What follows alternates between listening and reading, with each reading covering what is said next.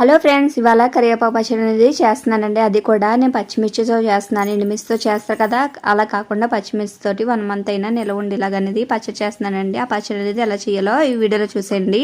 దానికోసమని ఒక బాండీ పెట్టుకుని బాండీలోకి ఆయిల్ వేసుకోవాలండి. ఆయిల్ హీట్ ఎక్కాక అందులోకి ఆవాలు అనేది వేసుకోవాలి. ఆవాలు చిటపట్లాడాక అందులోకి మెంతులు వేసుకోవాలి. మెంతులు కూడా బాగా ఫ్రై అవ్వాలండి. ఇలా ఫ్రై అయ్యాక అందులోకి శనగపప్పు మినపప్పు అనేది వేసుకోవాలి. వేసుకుని బాగా ఫ్రై చేసుకోవాలి. చేసుకున్నాక అందులోకి జీలకర్ర వెల్లుల్లిపాయల రెబ్బలు అనేది దంచుకుని వేసుకోవాలండి. ఇలా దంచుకున్నాక అవి సగం ఫ్రై అయింది. 2 స్పూన్లు ధనియాలు వేసుకోవాలి. అవి కూడా బాగా ఫ్రై చేసుకోవాలండి. ఇలా ఫ్రై చేసుకున్నాక మీ కారం తగ్గట్టుగా పచ్చిమిర్చి అనేది యాడ్ చేసుకోవాలి. ఇలా పచ్చిమిర్చి అనేది బాగా ఫ్రై అయినాక దాంట్లోకి కరివేపాకు అనేది వేసుకోవాలండి. కరివేపాకు అనేది ఫ్రెష్గా ఉండాలి. ఇలా ఫ్రెష్ తెచ్చుకున్నాక అది వాష్ చేసుకుని నీళ్ళలో క్లాత్ మీద ఆరబెట్టుకోవాలండి. ఆరిపోయాక ఇలాగా ఫ్రై చేసుకోవాలి. ఫ్రై చేసుకున్నాక అది కొంచెం క్రిస్పీగా బాగా పచ్చివాసన పోయేదాకా బాగా ఫ్రై చేసుకోవాలండి. ఇలా ఫ్రై చేసుకున్నాక అది మిక్సీ పెట్టుకొద్దాము. తర్వాత వచ్చేసి ఒక బాండీలోకి చింతపండు రసము, బెల్లము, కరివేపాకు, ఎండుమిర్చి వేసుకోవాలి.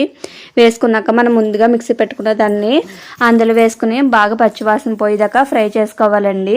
చూస్తున్నా కదా, ఇలా బాగా ఫ్రై చేసుకున్నాను కదా, ఇది అన్నంలోకైనా చపాతీలోకైనా దోశలోకైనా చాలా టేస్ట్ ఉంటుందండి. మీరు ఉప్పు సరిపోతే ఇప్పుడు కొంచెం ఉప్పు అనేది యాడ్ చేసుకోవచ్చండి. ఇలాగే సాల్ట్ అనేది వేసుకున్నాక ఒకసారి కలుపుకొని ఆయిల్ కూడా కొంచెం వేసుకుని బాగా మిక్స్ చేసుకుంటున్నానండి. ఇది వచ్చేసి చపాతీలోకి రైస్లోకి చాలా బాగుంటుంది. ఈ వీడియోకి అనేసి సబ్స్క్రైబ్ చేసి లైక్ చేయండి. Thank you for watching.